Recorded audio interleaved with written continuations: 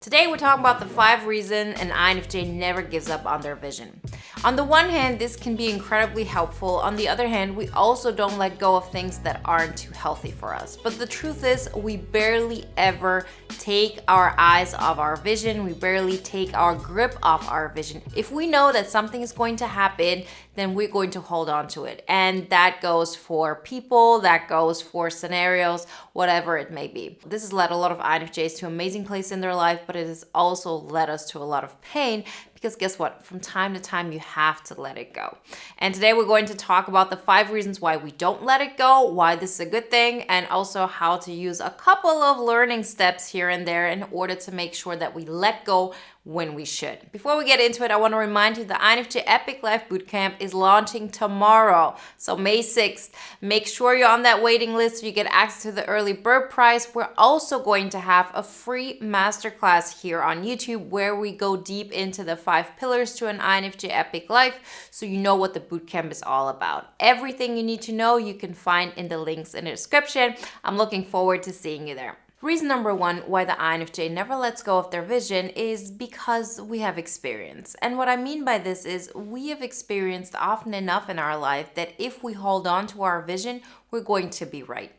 If, for example, you've experienced a lot of things in your life where you had a vision and the reality is it never turned out to be true, you're going to tend to let it go faster. You're going to be way more open to letting other people persuade you of something else or to get sidetracked or whatever it may be. But the truth is, INFJs have a keen ability of understanding how a situation is going to play out. They understand how people are going to react. They understand how certain circumstances play together.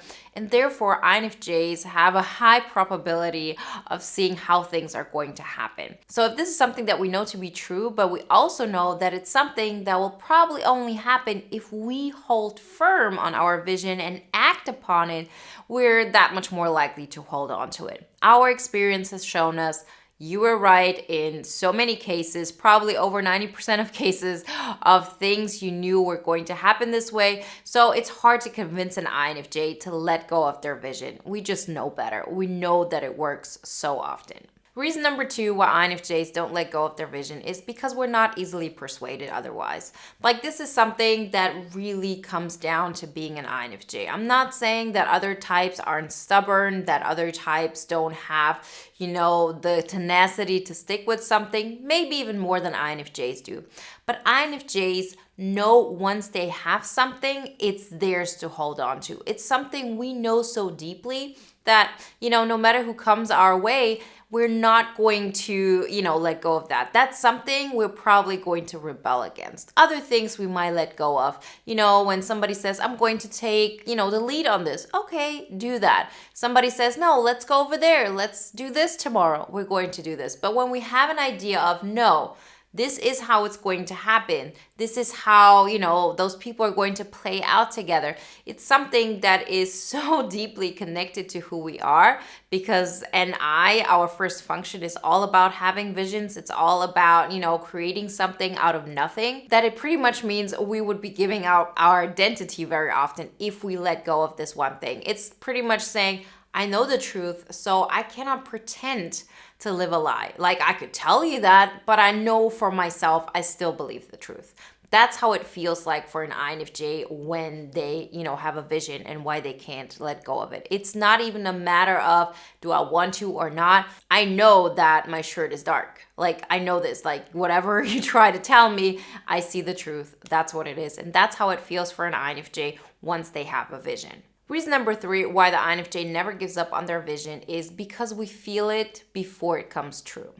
For us, very often, just the fact of imagining how it's going to turn out already has such an emotional response within us. So we have that feeling. It's something that we feel every single time we think of it. It's something that we feel every single time, we take action on it. It's something that just gets stronger and stronger the more we lean into it, the more we look into it. And it also has a lot to do with how our functions are set up. So, if NI is our first function, F FE is our second function. And so whatever this combination is doing to us, the truth is it's all about vision, it's all about emotions. And so we feel it way before it happens. And because we want to experience this over and over again, so we want that rush of endorphins, we want that rush of, intensity. We keep going back to that vision because that is the thing that makes us feel alive. This is what makes us feel, the intensity of life. And so, of course, we're going to go back there. It's just like a natural thing that will happen. Reason number 4 why the INFJ never gives up on their vision is because we're okay to walk alone. When you have a vision and nobody around you believes it, and every single INFJ has been in that situation, we know we're going to hit it off with a person. We know that, at that job, we're going to get to the position we want because we know how things are going to play out. It doesn't matter that nobody else believes it. And we can really stand on our own. Very often for people who, might have a very strong vision and they know, oh, this can happen and this is so true. But if they stand alone, they rather be with the crowd and, be wrong than be by themselves and be right. That's not how the INFJ operates. It's not how our system works, like how our brain is set up. And one of the reasons is because the way our mind is set up is we don't have such a strong reaction emotionally to, doing things that others are not doing. Every single person has a feeling and a need for belonging. It's, the tribe thing. It's all about making you feel safe. And for INFJs, it very often doesn't seem to be that developed, as in we don't feel the pain on such an instinctual level if we decide to do something, unique. A lot of people say, oh, INFJs are so weird and, there's something wrong with us or, something so different.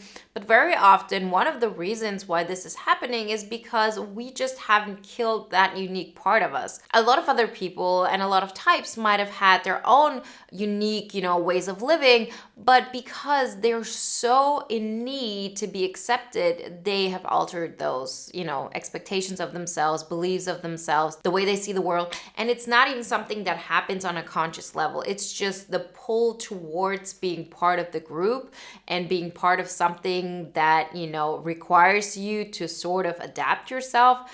That need is just bigger than the need of individuality. For the INFJ, that's just not the case. We just don't have that strong of a reaction if we do something out of the norm. And therefore, we're more likely to do that. And that's why we develop most of the time to be different than most people. So keep that in mind.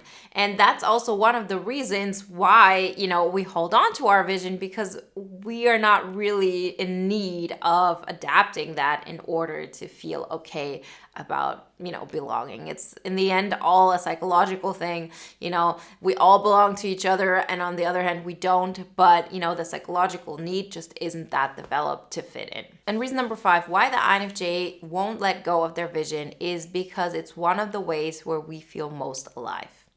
No matter what you've done in your life, no matter who you've met, what situations you've encountered, the INFJ feels the most after the fact or before the fact. Meaning, if we just experience something and we replay that thing in our mind, it gets more intense.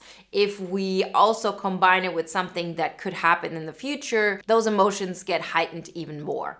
So if you know this, you will know that this is pretty much like a drug for an INFJ. Going back on that vision. Every single time you do that, the emotion, gets stronger. It makes you feel most alive. It's one of the reasons why INFJs are known to be so cerebral, why they tend to be dreamers and not like the typical doers, because our natural tendency is to really feel alive like everybody else, wants to feel.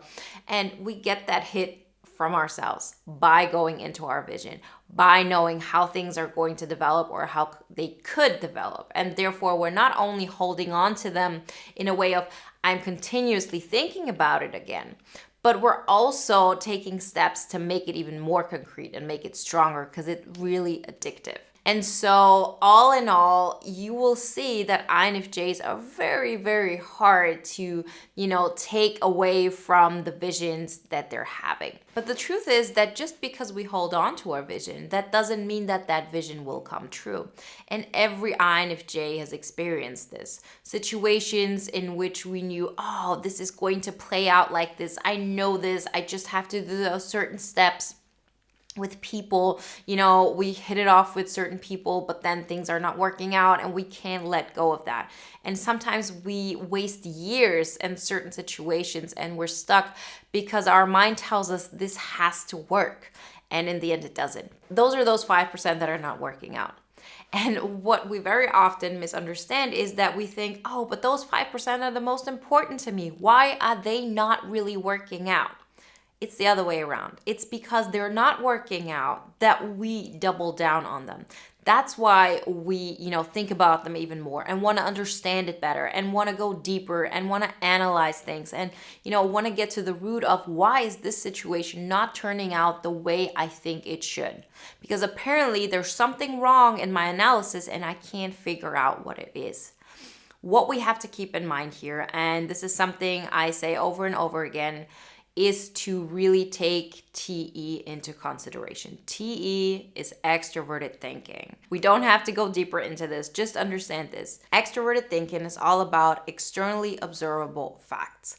It's those things we don't like as INFJs, but those are the things that are going to help us to minimize those situations that are keeping us stuck. Because if you are able to be right 95% of the times, and the 5% where you get stuck and you spend most of your time, if you learn how to eliminate even 50% of that, you're going to have such an acceleration in your life and such a learning curve.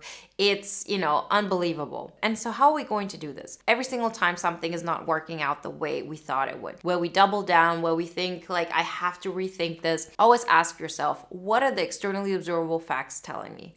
I know I have a connection with this person. Well, okay, has this person actively shown interest after your first meeting? Have they called you up? Have they shown any kind of initiative? If they haven't, that's an externally observable fact, and it doesn't matter how much of a connection you think you're having.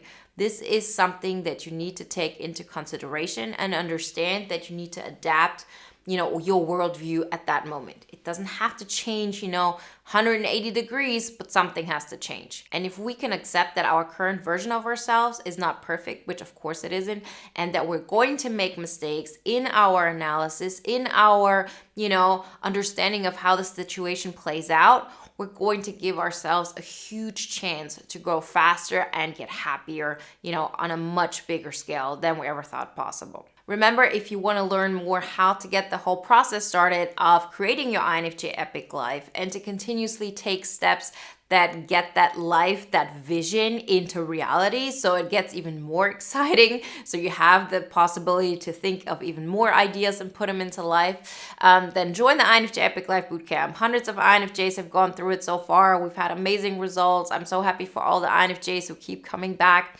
Everything you need to know you can find in the links in the description. Remember, it launches tomorrow, May 6th, and we're also going to have a free masterclass here on YouTube. I hope to see you there. Everything you need to know you can find in the links in the description. And if you want to watch another video now that is in alignment with today's topic, then watch the video when the INFJ finally stops trying to be social. This is what happens.